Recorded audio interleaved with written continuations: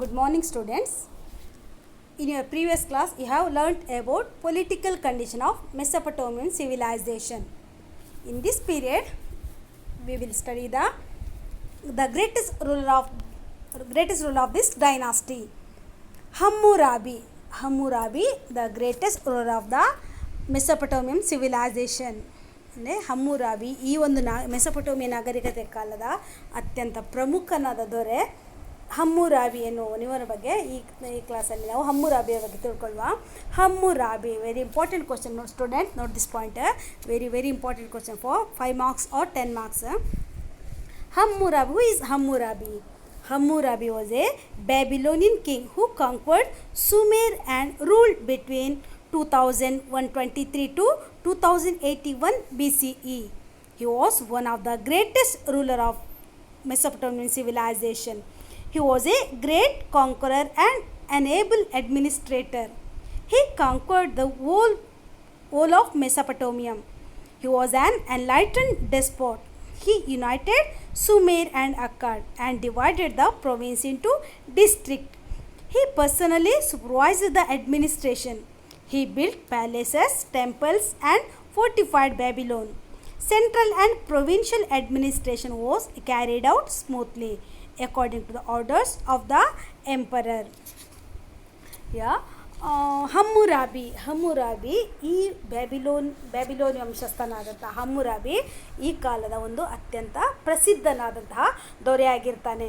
ಇವನು ಪ್ರಾರಂಭ ಕಾಲದಲ್ಲಿ ಅವನು ಯಾವ ಕಾಲದಿಂದ ಎಷ್ಟು ವರ್ಷಗಳ ಕಾಲ ಆಳ್ವಿಕೆ ಮಾಡಿದ್ದಾನೆ, ಸುಮಾರು 2123 to 2081 BCE, ಕ್ರಿಸ್ತ ಪೂರ್ವ 2123ರಿಂದ 2081ರವರೆಗೆ ಇವನು ಆಳ್ವಿಕೆ ಮಾಡ್ತಾನೆ. ಅಂದರೆ in the beginning he was captured Sumer, ಅಂದರೆ ಪ್ರಾರಂಭದಲ್ಲಿ ಸುಮೇರನ್ನು ವಶಪಡಿಸಿಕೊಂಡು ಈ ಒಂದು ಸಾಮ್ರಾಜ್ಯವನ್ನು ಆಳ್ವಿಕೆ ಮಾಡ್ತಾನೆ. He was the greatest ruler of this dynasty, good administrator as well as good warrior in the battle field.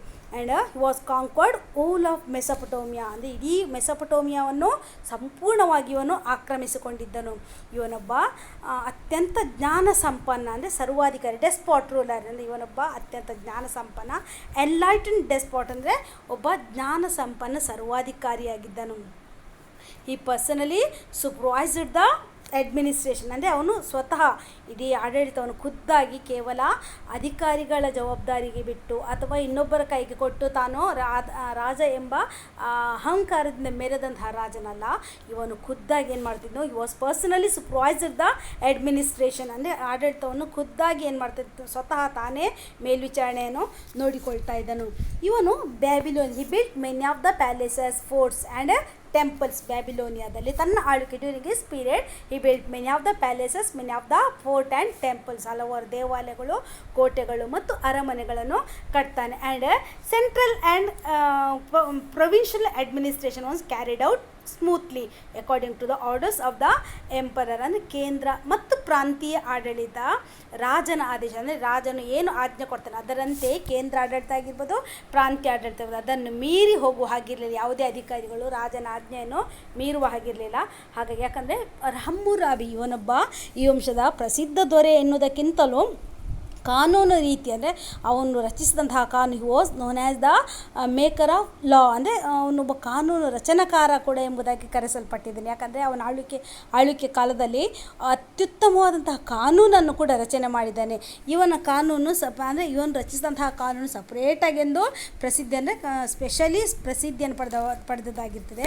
ಇದನ್ನೇನಂತ ಕರೆಯಲಾಗಿದೆ, ಕೋಡ್ ಆಫ್ ಹಮ್ಮುರಾಬಿ ಎಂಬುದು ಇವನ ಕಾನೂನನ್ನು ಕೋಡ್ ಆಫ್ ಹಮ್ಮುರಾಬಿ, ಹಮ್ಮುರಾಬಿಯ ಸಂಹಿತೆ, ಕಾನೂನು ಸಂಹಿತೆ, ಕೋಡ್ ಆಫ್ ಹಮ್ಮುರಾಬಿಯ ಕಾನೂನು ಸಂಹಿತೆ ಎಂಬುದಾಗಿ ಕರೆಯಲಾಗಿದೆ.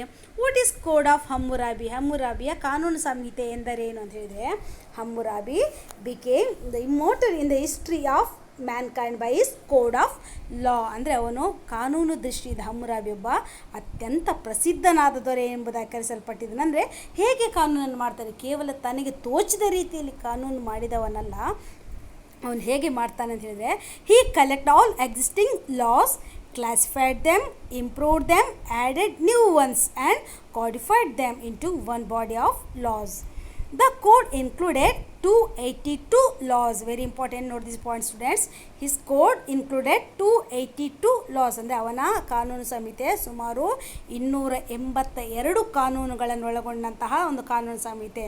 The laws were relating to all aspects of life such as personal property, trade and business, accidents, labor, marriage, divorce, slaves, rights of men and women. ಅಂದರೆ ಅವನ ಕಾನೂನು, ಅವನು ರಚಿಸಿದಂತಹ ಕಾನೂನು ಎಲ್ಲದಕ್ಕೂ ಸಂಬಂಧಪಟ್ಟದಾಗಿರುತ್ತೆ. ಎಲ್ಲದಕ್ಕೂ ಅಂತ ಹೇಳಿದರೆ ವೈಯಕ್ತಿಕ ಆಸ್ತಿ ಆಗಿರ್ಬೋದು, ವ್ಯಾಪಾರ ವ್ಯವಹಾರ ಆಗಿರ್ಬೋದು, ಅಥವಾ ಅಪಘಾತಕ್ಕಾಗಿರ್ಬೋದು, ಅಥವಾ ಮದುವೆ, ವಿಚ್ಛೇದನ, ಅಥವಾ ಗುಲಾಮರಾಗಿರ್ಬೋದು, ಮತ್ತು ಸ್ತ್ರೀ ಪುರುಷರ ಹಕ್ಕು ಬಾಧ್ಯತೆ ಎಲ್ಲದಕ್ಕೂ ಇದು ಸಂಬಂಧಪಟ್ಟದ್ದಾಗಿರ್ತದೆ. ಅಂದರೆ ಸ್ತ್ರೀ ಪುರುಷರ ಅಧಿಕಾರಗಳು ಅಥವಾ ಅವರ ಹಕ್ಕು ಬಾಧ್ಯತೆಗೆ ಸಂಬಂಧಪಟ್ಟದಾಗಿತ್ತು. ಒಟ್ಟು ಅವನ ಕಾನೂನು ಸಂಹಿತೆಯಲ್ಲಿ 282 loss, his law including 282 laws. Very important. The code included 282 laws. ಅಂದರೆ ಅವನ ಕಾನೂನು ಸಂಹಿತೆಯಲ್ಲಿ ಸುಮಾರು 282 ಕಾನೂನುಗಳಿವೆ. ಅಂದರೆ ಈ ಎಲ್ಲದಕ್ಕೂ ಸಂಬಂಧಪಟ್ಟಂತೆ. ಹಾಗಾಗಿ ವೈಯಕ್ತಿಕ ಆಸ್ತಿ ಇರ್ಬೋದು, ವ್ಯಾಪಾರ ವಾಣಿಜ್ಯ ಇರ್ಬೋದು, ಅಪಘಾತ ಇರ್ಬೋದು, ಮದುವೆ, ವಿವಾಹ, ವಿಚ್ಛೇದನ ಎಲ್ಲದಕ್ಕೂ ಸಂಬಂಧಪಟ್ಟ ಕಾನೂನುಗಳನ್ನು ಈ 282 ಕಾನೂನುಗಳು ಅವುಗಳೆಲ್ಲವುಗಳನ್ನು ಕೂಡ ಒಳಗೊಂಡಂತಹ ಒಂದು ಪ್ರಮುಖವಾದಂತಹ ಒಂದು ಕಾನೂನು ಸಂಹಿತೆ ಇದಾಗಿತ್ತು. ಹೀಗಾಗಿ ಇವನ ಈ ಒಂದು ಕಾನೂನು ನೋಡಿ, the code is beautifully engraved on the black stone. It is the oldest written code of law. It is the oldest written code of law known to history. On the top of it, the image of King Hammurabi is shown receiving the laws from god Shamash, the sun god. Who is Shamash? Shamash, sun god. The code is mixture of enlightened laws and barbarous punishments. Many of the laws are based on the principle of tit for tat, an eye for an eye, and a tooth for a tooth. It was universally applicable throughout his kingdom.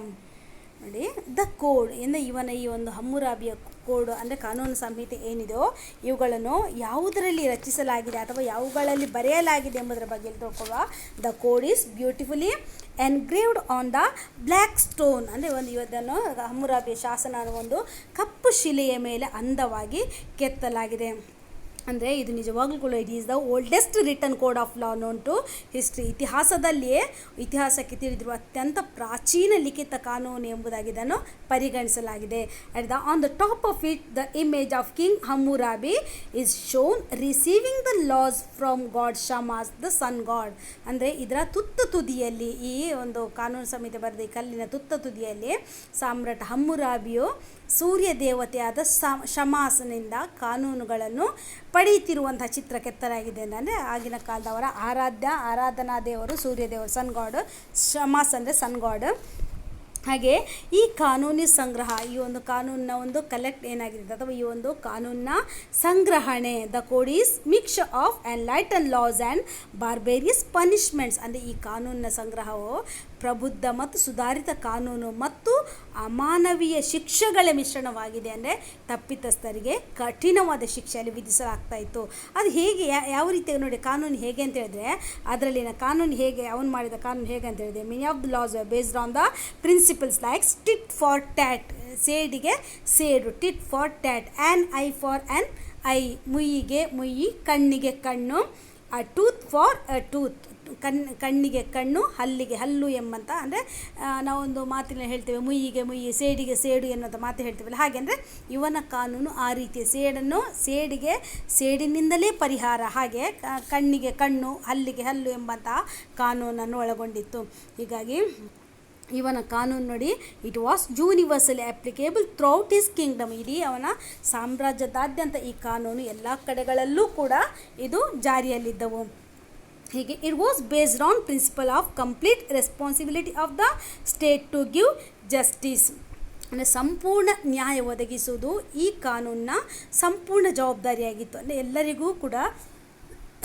ಎಲ್ಲರಿಗೂ ಒಂದೇ ರೀತಿಯ ಕಾನೂನನ್ನು ಒದಗಿಸುವುದು ಇದರ ಮುಖ್ಯ ಜವಾಬ್ದಾರಿಯಾಗಿತ್ತು.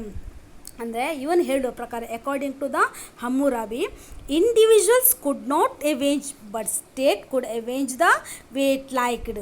Individuals could not avenge but state could avenge the way it liked. ಅಂದರೆ ರಾಜ್ಯವು ತನ್ನಿಷ್ಟದಂತೆ ಸೇಡಿನ ತೀರ್ಮಾನ ತೆಗೆದುಕೊಳ್ಳಬಹುದು, ಆದರೆ ವ್ಯಕ್ತಿಗಳು ಸೇಡಿ ತೀರಿಸಿಕೊಳ್ಳಿಕ್ಕಾಗೋದಿಲ್ಲ. ಅಂದರೆ ಇಲ್ಲಿ ವ್ಯಕ್ತಿಗಿಂತಲೂ ರಾಜ್ಯಕ್ಕೆ ಹೆಚ್ಚು ಪ್ರಾಮುಖ್ಯತೆ ಕೊಡಲಾಗಿದೆ. ಅಂದರೆ ವ್ಯಕ್ತಿಗಳು ಸೇಡಿ ತೀರಿಸಿಕೊಳ್ಳುವುದಲ್ಲ, ಆದರೆ ರಾಜ್ಯವು ತನ್ನಿಷ್ಟದಂತೆ ಸೇಡಿನ ತೀರ್ಮಾನ ತೆಗೆದುಕೊಳ್ಳಬಹುದು ಎಂಬ ಈ ಕಾನೂನಿನ ಪ್ರಮುಖ ಅಂಶವಾಗಿತ್ತು.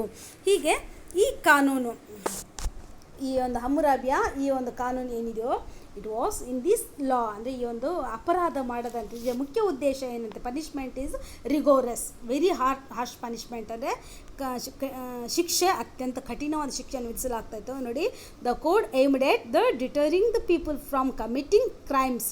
There are provisions regarding almost all professions in the society. The code is aimed at providing equality.